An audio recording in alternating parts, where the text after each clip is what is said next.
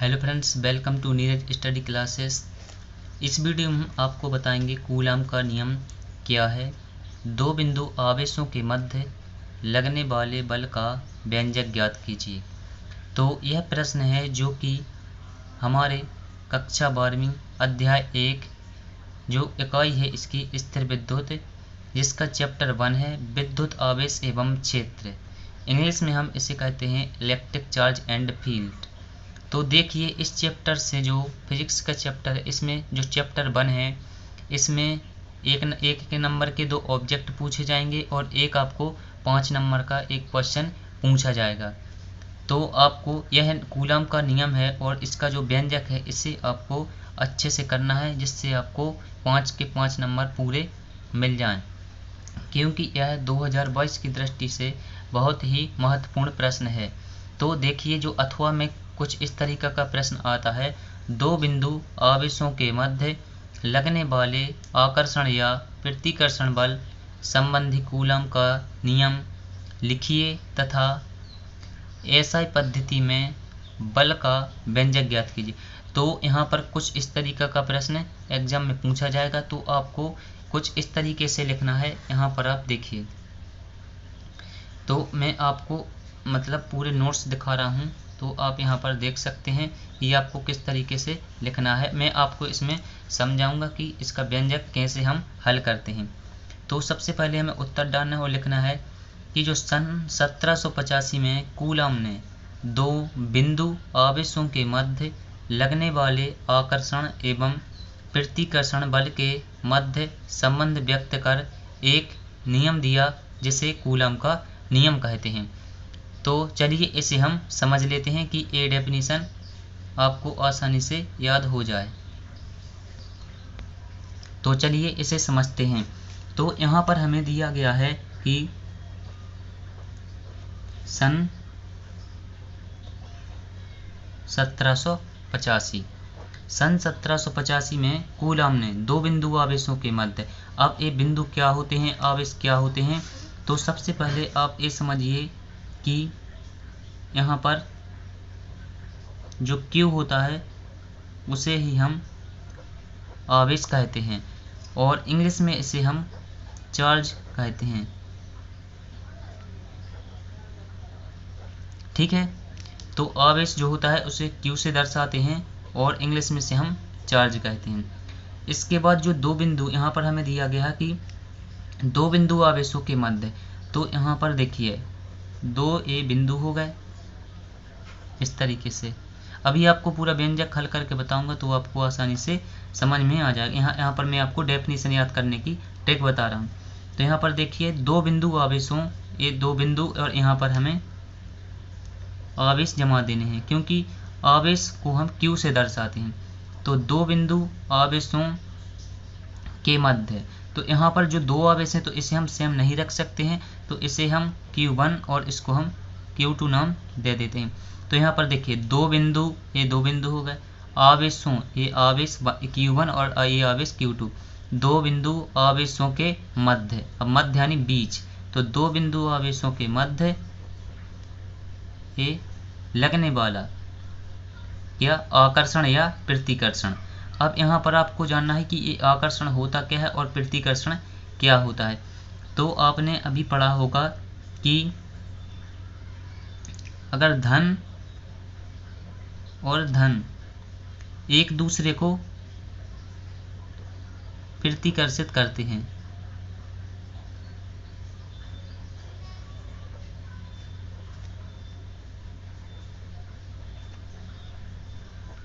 जिसे हम प्रतिकर्षण कहते हैं, और अगर ऋण या धन या फिर धन या ऋण हो जो कि विपरीत आवेश होते हैं, तो यहाँ पर देखिए, अगर विपरीत आवेश हैं तो इनको हम विपरीत आवेश, इनको हम विपरीत आवेश कहते हैं। तो विपरीत आवेशों के मध्य हमेशा आकर्षण होता है, विपरीत आवेश हैं तो आकर्षण होता है, और इन्हें हम सजातीय आवेश कहते हैं। अगर सजातीय आवेश हैं तो प्रतिकर्षण। तो यहाँ पर हमें बताया गया है कि दो बिंदु आवेशों के मध्य लगने वाले आकर्षण तथा प्रतिकर्षण बल के संबंध में कूलम ने एक नियम दिया जिसे कि हम कूलम का नियम कहते हैं। ठीक है, इतना आपको समझ में आ गया। तो आपको इसका जो हमें कथन में लिखना है तो वो हम लिख सकते हैं। आशा करता हूं तो ये आपको समझ में आ गया। इसके बाद हमें लिखना है इस नियमानुसार दो बिंदु आवेशों के मध्य लगने वाला आकर्षण। तो यहाँ पर मैंने आपको बता दिया कि आकर्षण क्या होता है। तो दो बिंदु होते हैं, उनके मध्य आकर्षण या फिर प्रतिकर्षण दोनों हो सकता है। अब वो उस पर डिपेंड करता है कि यहाँ पर प्लस है कि माइनस है। तो यहाँ पर देखिए उन दोनों आवेशों के परिमाण के, तो अब परिमाण के तो इसे भी हम समझ लेते हैं, और गुणनफल के अनुक्रमानुपाती, इसे हम समानुपाती भी कहते हैं, तथा उनके बीच की दूरी के वर्ग के व्युत्क्रमानुपाती होता है। तो यहाँ पर आप देख सकते हैं, तो हमें नियम में लिखना है कि जो दो बिंदु आवेश हैं उनके मध्य लगने वाला आकर्षण या प्रतिकर्षण दोनों में से कोई एक लगेगा। तो उन दोनों आवेशों, एक Q1 और Q2 आवेशों के परिमाण, तो इनके कोई न कोई परिमाण होंगे। मान के चलिए इनका परिमाण होता है 3 इस Q1 का, और Q2 का परिमाण है 4। तो इन दोनों परिमाणों के 4 3 12 के बराबर होता है, और बराबर और समानुपाती होता है।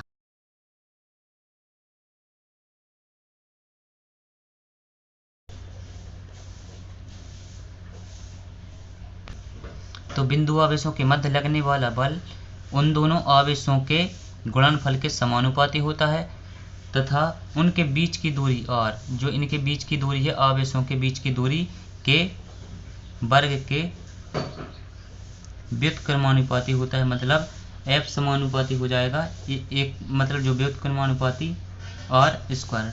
ठीक है, तो इन दोनों को आपको याद रखना है, ये व्यंजक में आपके लिए सहायक बनेंगे।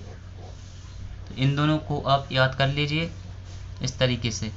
तो फिर से देखिए कि जो बिंदु आवेश हैं उनके बीच की दूरी r के वर्ग के व्युत्क्रमानुपाती होते हैं। तो इस तरीके से अब देखिए कि हमें व्यंजक कैसे करना है। तो चलिए व्यंजक करते हैं। तो पहले आप इस डेफिनेशन को नोट कर लीजिए यहाँ पर।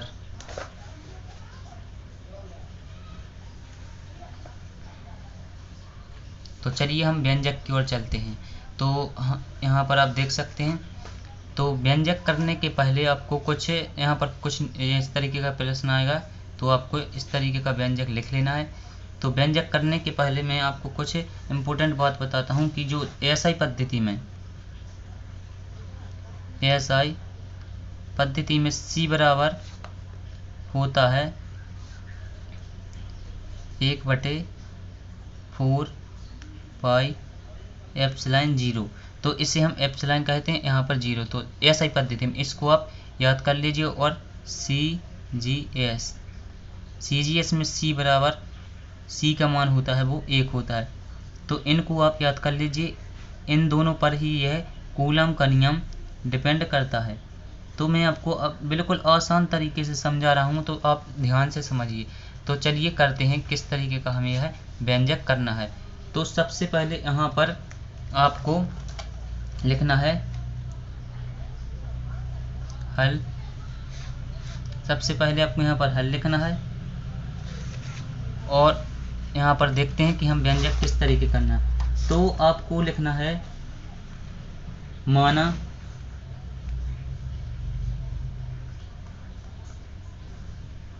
माना दो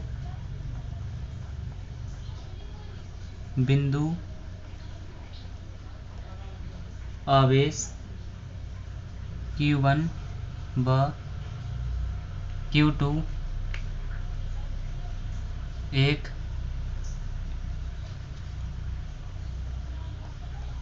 दूसरे से और दूरी पर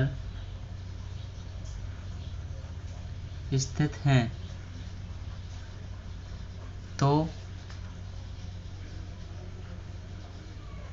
इनके बीच लगने वाला बल, तो यहाँ पर हमें दिया गया है कि दो बिंदु आवेश Q1, तो इसको हम समझ लेते हैं कैसे। तो यहाँ पर देखिए इस तरीके का आपको चित्र बना लेना है इसको लिखने के बाद। तो यहाँ पर आपको कुछ इस तरीके का चित्र बना लेना है। यहाँ पर आपको Q1 तथा Q2 लिख देना है तथा इनके बीच की दूरी r हो। तो यहाँ पर देखिए माना दो बिंदु आवेश Q1 व Q2 एक दूसरे से r दूरी पर स्थित हैं, तो इनके बीच लगने वाला बल क्या होगा? तो इनके बीच बल लगेगा, तो यहाँ पर हम देख सकते हैं F समानुपाती Q1 Q2। अब ये कहाँ से आया? आपने वहाँ पर देखा था जब डेफिनेशन मैंने सॉल्व कराई थी, तो वहाँ पर इसका मान है, क्योंकि यह परिमाण के समानुपाती होता है। इसके बाद जो तथा F व्युत्क्रमानुपाती होता है r वर्ग, यानी इस दूरी के वर्ग के।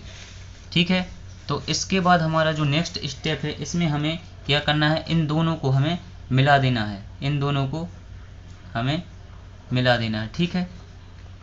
तो हमें लिखना है F समानुपाती Q1 Q2 बटे r स्क्वायर, क्योंकि F का मान यहाँ Q1 व Q2 है और यहाँ 1 बटे r स्क्वायर है, तो दोनों बराबर हैं, तो इसको हम इसके बराबर लिख सकते हैं। तो इसके बाद हम जो यहाँ पर इसको हम एक नेतांक आ जाता है समानुपाती की जगह, जिसे हम C नेतांक कहते हैं, क्योंकि यह नियम कूलम का नियम है, तो इसके लिए हम एक नेतांक रखेंगे, वो हो जाएगा C। ठीक है, तो इसमें आ जाएगा F बराबर Q1 Q2 बटे r स्क्वायर। ठीक है, तो यहाँ पर F बराबर आ जाएगा C, तो हमें इस नेतांक की जगह हमें C नेतांक रख देना है। अब यहाँ पर हम देखिए, यहाँ पर आपको लिख देना है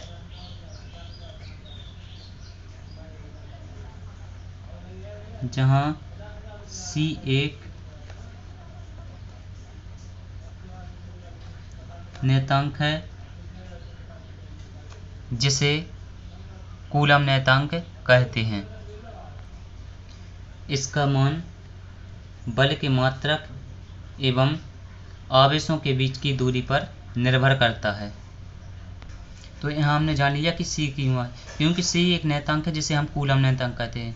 इसका मान बल के मात्रक तथा आवेशों के बीच की दूरी पर निर्भर करता है। ठीक है, तो इसके बाद हमें क्या करना है? तो हमें इसके बाद C बराबर, तो SI पद्धति में, ठीक है, यहाँ पर हम लिखेंगे SI पद्धति में। तो SI पद्धति में यहाँ पर देखिए, मैंने आपको पहले ही बताया था कि SI पद्धति में जो C का मान होता है वो होता है 1/4 पाई एप्सिलॉन नॉट 0। तो यहाँ पर हम लिखेंगे, तो यहाँ पर SI पद्धति में C बराबर 1/4 पाई एप्सिलॉन नॉट 0 हमें लिख देना है। अब आप कहेंगे कहाँ पर? तो यहाँ पर जो हमने निकाला था F बराबर C Q1 Q2 बटे r स्क्वायर, तो इस C की जगह हमें सिर्फ 1/4 पाई एप्सिलॉन 0 रख देना है। कहाँ? इस C की जगह पर हमें A रख देना है। तो चलिए करते हैं। तो हमें जो दिया गया है F बराबर C Q1 Q2 बटे r स्क्वायर। ठीक है, तो इस C की जगह पर हमें लिख देना है 1/4 पाई एप्सिलॉन 0, जो कि SI पद्धति में हम यहाँ पर कर रहे हैं, SI पद्धति में। ठीक है, SI पद्धति में, तो हमें लिख देना है F बराबर, और C का मान हमने वहाँ पर बताया था 1/4 पाई एप्सिलॉन 0, और यहाँ पर इंटू लगा देना है, और जो यहाँ पर लिखा है Q1 Q2 बटे r स्क्वायर, तो यहाँ पर जो हमारा SI पद्धति में आ जाता है। ठीक है, और जो SI पद्धति में बल का मात्रक होता है वो होता है क्या? न्यूटन। ठीक है, SI पद्धति में जो बल का मात्रक होता है वो न्यूटन होता है। अब हमें इसको किस तरीके का करना है? CGS पद्धति में। तो CGS पद्धति में C बराबर 1, तो हमें यहाँ पर C की जगह सिर्फ 1 रख देना है। तो हम लिखेंगे F बराबर सी की जगह 1 लिख देना है, तो 1 Q1 Q2 बटे आर स्क्वायर। अब एक का मान तो हम यहाँ पर एक का मान तो हम मानते नहीं हैं, तो इसको हम लिखेंगे Q1 Q2 बटे आर स्क्वायर। तो ये हमारा आ जाता है CGS पद्धति में। ठीक है, तो अब CGS पद्धति में जो बल का मात्रक होता है वो होता है डायन, जिसे हम D से दर्शाते हैं। तो इस तरीके से हमारा जो आ जाता है। अब यहाँ पर आप देखिए कि यहाँ पर जो न्यूटन आया था F बराबर 1/4 पे एप्सिलॉन नॉट Q1 Q2 बटे आर स्क्वायर, इसको हम समीकरण 1 बनाएंगे। ठीक है, क्यों अभी बताता हूँ। क्योंकि यहाँ पर यदि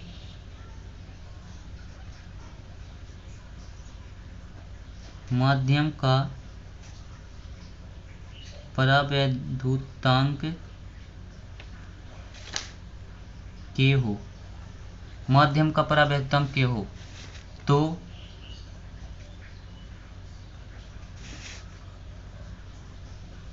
समीकरण 1 से, अब समीकरण 1 क्या है, ए है, तो इससे हम लिखेंगे F बराबर 1/4 pi epsilon 0 into Q1 Q2 बटे आर स्क्वायर। और यहाँ पर हमें माध्यम का परावैद्युतांक K दिया गया, तो हमें कुछ नहीं करना है, यहाँ पर सिर्फ हमें K लिख देना है। तो ये इस तरीके का हो जाएगा हमारा। ठीक है, न्यूटन। और इसके बाद हम कर सकते हैं वायु या निर्वात में। वायु या निर्वात में अगर K बराबर 1 हो, K बराबर अगर 1 हो, तो इस K की जगह हमें कुछ नहीं करना है, K को हटा देना, तो 1 का मान वही रहता है। तो लिखेंगे F बराबर 1/4 पाई एप्सिलॉन 0। K हटा दीजिए क्योंकि K का मान वहाँ पर कोई मान नहीं रखता है, क्योंकि K बराबर 1 है, तो 1 हम लिखते नहीं हैं, इंटू Q1 Q2 बटे आर स्क्वायर। तो ये हमारा आंसर आ जाएगा। तो यहाँ पर हम लिख देंगे न्यूटन। ठीक है, तो इसके बाद हम यहाँ पर लिखना है कि यहीं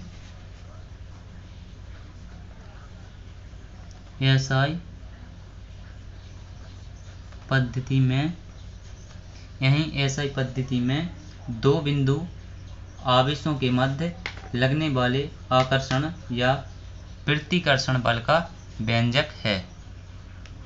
तो इस तरीके से आप देख सकते हैं। तो इस व्यंजक को आप अच्छे से कीजिए, क्योंकि यह व्यंजक इस साल 5 नंबर में पूछा जाएगा। तो इसका मैं आपको स्क्रीनशॉट दे देता हूं। तो यहाँ पर आप देख सकते हैं, इसकी डेफिनेशन मैंने पहले ही आपको बता दी है। तो यहाँ से आपको स्टार्ट करना है।